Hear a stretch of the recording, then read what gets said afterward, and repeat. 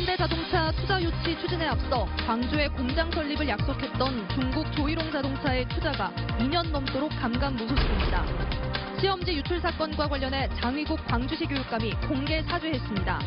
2년 전 생활기록부 조작 사건 때도 교육감은 재발 방지를 약속했지만 달라진 건 없었습니다.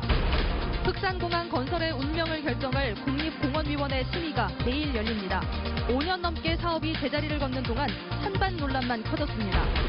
광양시와 하동군이 전통 어획 방식인 섬진강 제첩잡이를 국가유산으로 지정해달라고 신청했습니다. 여러분 안녕하십니까? 광주 MBC 뉴스데스크입니다. 현대자동차보다 먼저 광주에 투자를 약속했던 자동차 기업이 있습니다. 2년 전 광주시와 투자 협약을 맺었던 중국의 조일홍 자동차입니다. 원래 계획대로라면 진작에 광주에서 전기차 생산을 시작했어야 하는데 아직도 투자는 감감무소식입니다. 먼저 김인정 기자가 조일홍 투자의 현주소를 짚어봤습니다. 최근 광주시는 상해 사무소에 중국 조일홍 본사의 의중 파악을 지시했습니다. 2년이 넘도록 투자 소식이 없는 조일홍의 태도가 답답해서입니다. 광주시와 중국의 조일홍 자동차의 MOU 체결은 2년 4개월 전. 조일홍이 광주에 2,500억 원을 투자해 2020년까지 연간 10만 대 전기차 완성차 공장을 만든다는 내용이었습니다. 也就是说，每一台的新能源汽车，它的成本里面有70%的产值是来源于我们的光州市政府当地的供应商。 광주시는 이때부터 지금까지 자동차 도시 광주의 첫 파트너라며 조일홍을 도와왔습니다.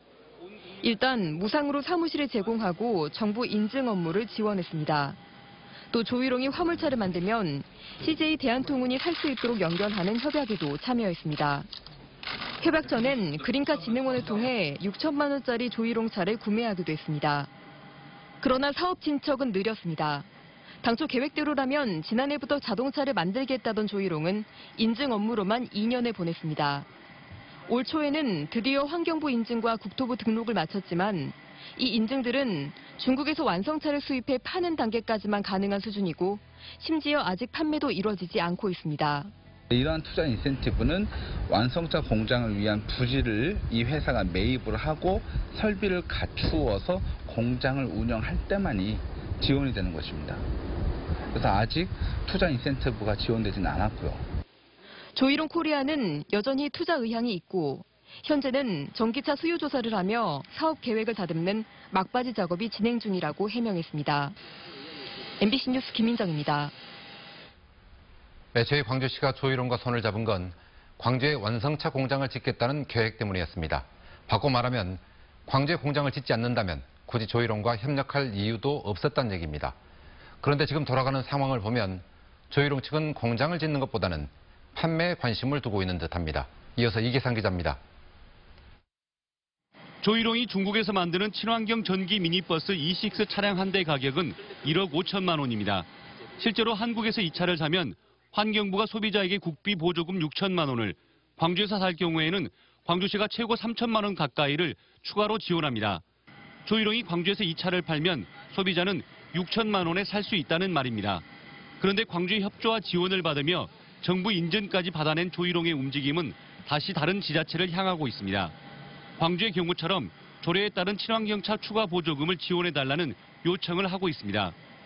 조일홍은 전라남도와 영광, 서울과 인천, 경기 등 다양한 지자체와 보조금 협의가 진행 중이며 파격적인 지원을 제안하는 지자체도 있다고 덧붙였습니다. 적어도 현 단계에서 조일홍의 관심은 중국에서 만든 차를 들여와서 최대한 많은 보조금을 지원받아 파는 것에 쏠려 있습니다. 차를 팔아보고 시장성에 따라서 국내 공장 설립 계획을 세우는 게 조일홍의 입장입니다. 조일홍 코리아가 지금 판매하려고 하는 차량은 조일홍 코리아가 직접 생산한 것이 아니라 중국의 조일홍 자동차로부터 이것을 수입을 해가지고 판매를 하는 거거든요. 판매하는 거는 괜찮지만 본인들이 국내에서 생산해서 판매하는 데는 제한이 있죠. 이런 조일홍의 태도에 광주시는 지난해 구체적인 공장 설립 계획을 요구하며 무상 제공 사무실 사용 여부도 투자 계획에 따라서 재검토하겠다고 밝혀 갈등을 빚기도 했습니다. 2년째 투자에 진척이 없는 가운데 광주시의 의구심은 커져가고 조일홍 광주 공장의 실체는 희미해져가고 있습니다. MBC 뉴스 이계상입니다. 시험지 유출 사건과 관련해서 장의국 광주시 교육감이 시민들에게 공개 사죄했습니다. 기자회견하면서 거듭 머리를 숙였습니다. 재발 방지 대책도 약속했는데 2년 전에도 비슷했습니다. 보도에 박수인 기자입니다. 장의국 광주시 교육감이 시민들에게 머리를 숙였습니다.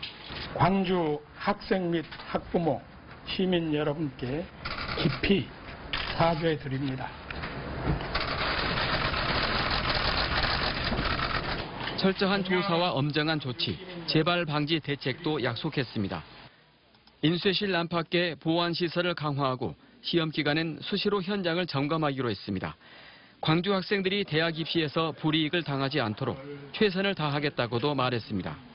주요 대학 입학처를 직접 방문해서 대학 입시에서 광주 학생들이 피해를 입지 않도록 당부의 말씀을 드리겠습니다. 생활기록부 조작 사건이 있었던 2년 전에도 장 교육감은 같은 자리에서 공개 사과했고 재발 방지 시스템 구축도 약속한 바 있습니다. 하지만 내용과 형태를 달리했을 뿐 또다시 평가의 공정성이 훼손되면서 광주 교육에 대한 신뢰에 금이 갔습니다. 당장은 학생들의 피해를 최소화하는 게 급선무지만 신뢰 회복을 위해서는 근본적인 고민이 필요해 보입니다. 특히 몇몇 사람들의 과욕이나 일탈로 치부할 일이 아니라 사립학교에서만 비슷한 사건이 되풀이된다는 점에 주목할 필요가 있어 보입니다. MBC 뉴스 박수인입니다.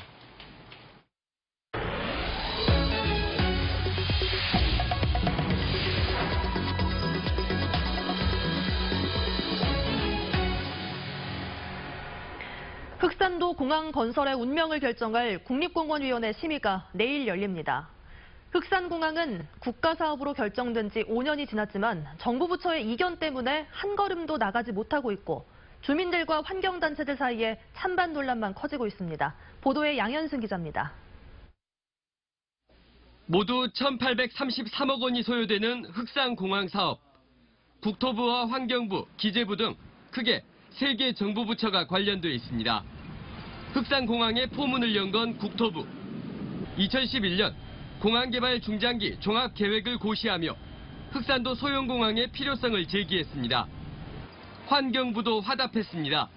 같은 해 자연공원법 시행령을 개정해 1200m 이하의 활주로를 국립공원 안에 만들 수 있도록 했습니다. 그리고 사업 타당성을 따진 기재부가 경제성이 있는 사업이라고 판단하면서 흑산공항 사업이 시작됐습니다. 국립공원 안에서 추진되는 사업이기 때문에 국립공원 계획을 변경해야 하는 절차를 거쳐야 하는데 그게 문제가 됐습니다. 첫 국립공원위원회 심의가 열린 건 2016년 11월. 하지만 다른 교통수단과의 비교평가, 부처 간 협의, 조류 충돌 가능성 등의 재검토가 요구되며 심의가 보류됐습니다. 흑산공항 사업이 첫 번째 걸림돌에 걸린 건데 사업비는 이듬해인 2017년 예산으로 국비 221억 원이 반영됐습니다. 그리고 8달 뒤 국토부가 보완 자료를 갖춰 국립공원위원회 재심의를 요청했지만 2달여 뒤 돌아온 통보는 재보완이었습니다. 흑산공항 사업은 국립공원위원회 심의 절차에 계속 걸려 있는데도 또다시 예산 178억 원이 반영됐습니다. 모두 399억 원, 총 사업비의 21%에 이르는 예산이 투입된 지금까지도 흑산공항 건설 사업은 추진 여부가 불투명한 상태입니다. 예산으로만 보면 흑산공항 사업이 추진되고 있는데 실제 심의 절차는 통과도 불가도 아닌 보류와 보완이 반복되며 이도저도 아닌 사업이 되고 있습니다. 흑산공항 사업을 찬성하는 측도 반대하는 측도 정부를 이해하지 못한다며 각각 기자회견을 통해 반발했습니다. 흑산공항 건설이 지난 정부가 추진한 적대청산의 대상 사업이라는 황당한 주장과 안전 문제 등을 거론하며 재검토를 주장하고 있습니다. 국립공원위원회 상정 과정에 국무총리실이 관여되어 있는 의혹이 제기되고 있는 상황 속에서 3명의 대통령이 약속한 사업인데도 부처 간의 이견이 제대로 조율되지 못하면서 결국 지역민과 환경단체의 갈등과 반복만 키우고 있는 꼴입니다. MBC 뉴스 양혜승입니다.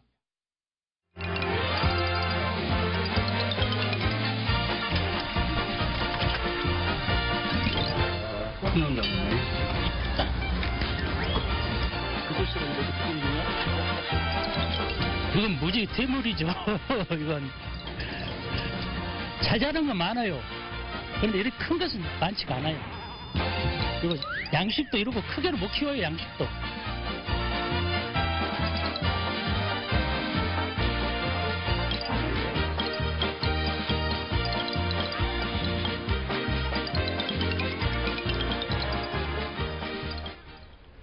섬진강 사이로 마주보고 있는 광양과 하동이 전통 어획 방식인 섬진강 제첩잡이를 국가유산으로 지정해달라고 신청했습니다. 국가유산으로 지정되면 전통어업 보존과 관광자원화에 큰 도움이 될 것으로 보입니다. 박민주 기자가 보도합니다. 한여름 강변을 따라 제첩잡이가 한창입니다. 어민들은 거랭이라고 불리는 갈퀴 모양의 어구를 물속에서 끌고 다니며 제첩을 캐냅니다. 물이 깊은 곳에서는 어선을 이용하지만 전통어법은 크게 변하지 않았습니다. 과거부터 같은 방법으로 이루어지는 섬진강 제첩잡이를 보존하기 위해 섬진강을 마주보고 있는 전남 광양시와 경남 하동군이 함께 해양수산부에 국가 중요업 유산 지정을 신청했습니다. 영원한 발전과 또 지역분들 간의 화합을 위해서 이번에 공동으로 국가 중요업 유산으로 지정하게 되었습니다. 제첩잡이가 국가 중요업 유산으로 등재되면 섬진강의 바다화로 인해 생산량이 줄어들고 있는 제첩의 생산성을 높이기 위한 영원한 공동 대처도 가능할 전망입니다. 또 제주 해녀업처럼 관광 효과도 기대되고 있습니다. 앞으로 우리가 여기에 제첩 채취해서 그래도 브랜드가 형성이 될 수 있는 그런 지위가 되니까 굉장히 좋은 걸로 지금 보고 있습니다. 전라도와 경상도 어민들이 삶을 이어온 섬진강 제첩잡이. 전통어업 보존과 관광 활성화를 위한 국가 중요업 유산 등재 지정은 올 연말 결정됩니다. MBC 뉴스 박민주입니다. 올해 상반기 광주의 주력 업종인 자동차와 냉장고, 타이어의 수출 실적이 크게 떨어진 것으로 나타났습니다. 한국무역협회 광주전남본부가 발표한 2018년 상반기 광주전남 수출입 동향에 따르면 광주 지역의 수출은 71억 7,500만 달러로 지난해 같은 기간보다 1.4% 감소했습니다. 품목별로는 IT 경기 호조에 따라 반도체 수출이 17.1% 증가했지만 자동차는 12%, 냉장고 19.7%, 타이어 수출은 4.1% 감소했습니다. 전남 지역의 수출은 181만 5,400만 달러를 기록해 지난해 같은 기간보다 19.7% 증가했습니다.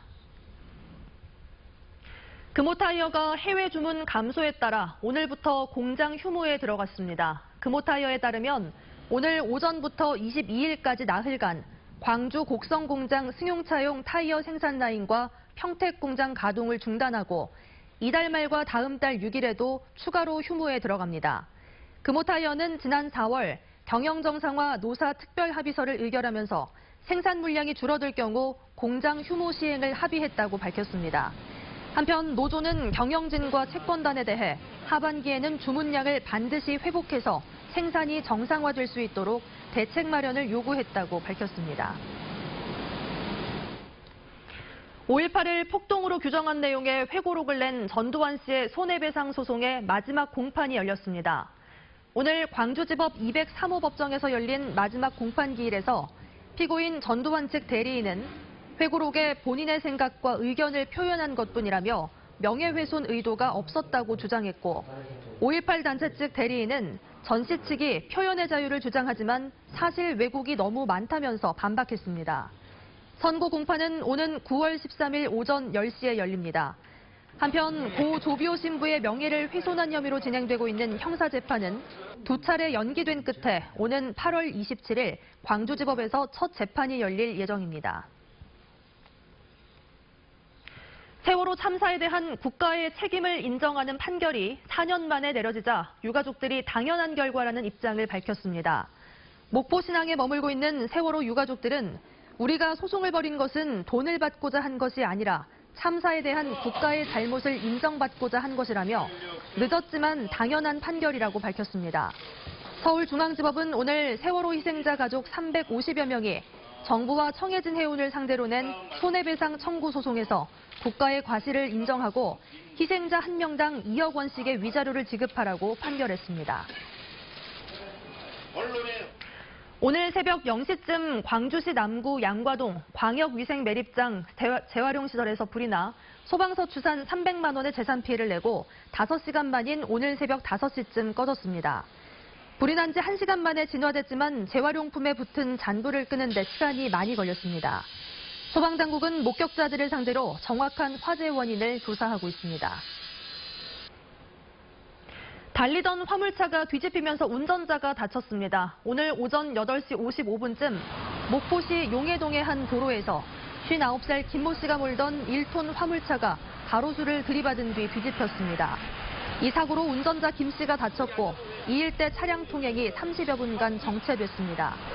경찰은 제동장치가 갑자기 작동하지 않았다는 김 씨의 말을 토대로 정확한 사고 경위를 조사하고 있습니다.